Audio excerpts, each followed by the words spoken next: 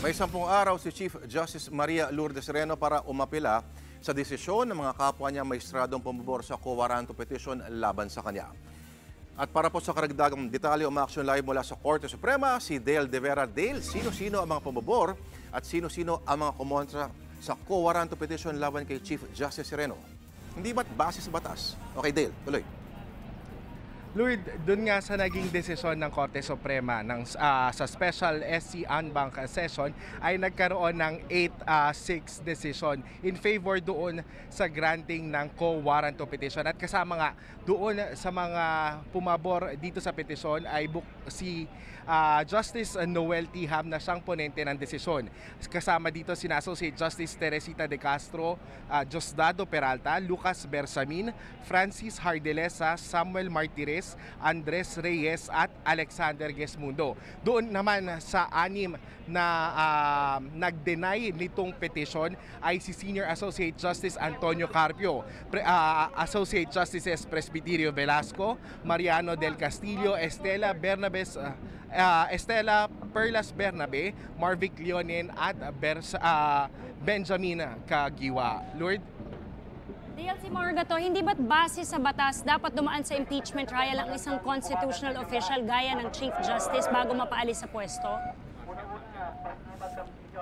Marga, base nga kung ibabase natin sa Constitution, ng isang impeachable officer ay matatanggal lamang sa pamamagitan ng isang impeachment proceeding. Pero ito, dito sa en banc session ay pinagbotohan din kung ang quo warranto ba ay ang proper remedy, kung saan sa 14 na justices ang nagsabing ito yung proper remedy para mapatalsik ang punong mahistrado. Marga? Dale, so sinasabi ba ngayon ng mga mahistrado na lehitimong paraan na rin itong quo warranto petition? Marga, mukhang ito nga yung mensaheng gusto nilang parating dahil nga majority sa kanila, 9 out of 14 magistrates ang nagsabi na quo warranto is the proper remedy. Marga? Dale, si Lord to. Dale, okay. So, alam naman natin na medyo ine-expect na rin ng kampo ni Maria Lourdes Sereno itong mangyayaring desisyon na ito. No? Okay, so ang next recourse nila ay magpa-file ulit sila ng motion, ano? Pero hindi ba't ang magdedesisyon ay itong same people din na nagdesisyon itong quo warranto? Yes, tama ka dyan, Lloyd. Kung magpa-file sila ng motion for reconsideration, ay babalik din ito sa Supreme Court kung saan sila rin yung nag-decide nitong quo warranto petition laban kay dating Chief Justice Maria Lourdes Sereno. Lloyd? Alright. Dale, anong mangyayari ngayon kay CJ Sereno? Siya ba ay mananatiling Associate Justice? Ano bang mawawala sa kanya? Mga benepisyo, etc.? Lord, sa ngayon, wala nang babalikan na Associate Justice post si dating Chief Justice Maria Lourdes Sereno bilang give up na niya yung post na iyon noong tinanggap niya yung pagiging Chief Justice. Na ito ang post niya ay ito yung pinalitan ni Associate Justice Marvic Leonen.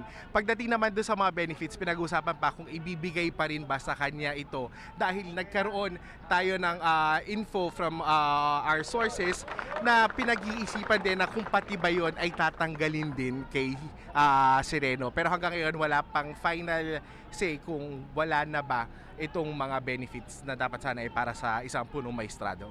Lord? At Dale, ano naman ang masasabi ng mga mahistrado doon sa basehan ng reklamo ni Solicitor General Jose Calida na hindi paghahain ni Sereno ng kanyang salin? Marga, doon sa naging basehan ng quo warranto petition ni Calida, ni Solicitor General Calida ay parang kinakatigan nito ng Korte Suprema doon sa naging desisyon. Maya-maya ay ilalabas ng Korte Suprema yung full decision kasama yung separate opinions nitong mga justices. At doon natin malalaman kung ano yung naging basehan nila sa bawat boto nila. Marga? Alright, Dale, may mga naririnig kami sumisigaw dyan sa likod mo. Sino-sino yung mga sumisigaw nila at ano ang sinisigaw nila? Lord, dito sa kahabaan ng Faura mula Taft Avenue hanggang sa may Bocobo ay mayroong mga grupo ng rallies. Doon sa bandang Taft, ito yung mga pro-Sereno o yung mga supporters ng dati punong maestrado. At yung banda doon naman sa Bocobo ay ito yung mga anti-Sereno.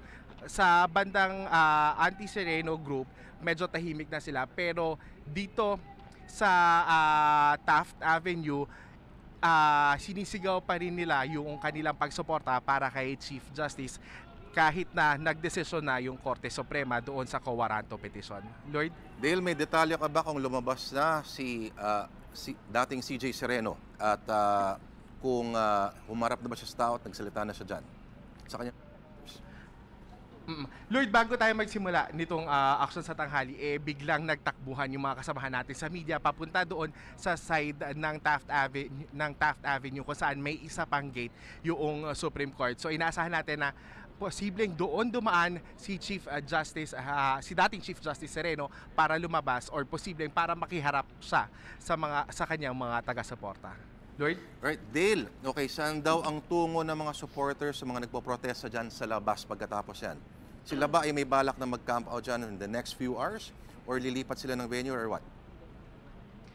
Lloyd, as of this moment, wala pang ibinibigay na bagong advisory. Pero doon sa nauna nila advisory, dito lang sila mag-camp out until, ang sinabi nila is until after mailabas yung decision. So ngayon, naalamin muna natin kung may plano ba sila para makipagkita or makipagpulong kay dating Chief Justice na yun nga ay magkakaroon ng sarili ng press conference mamayang hapon.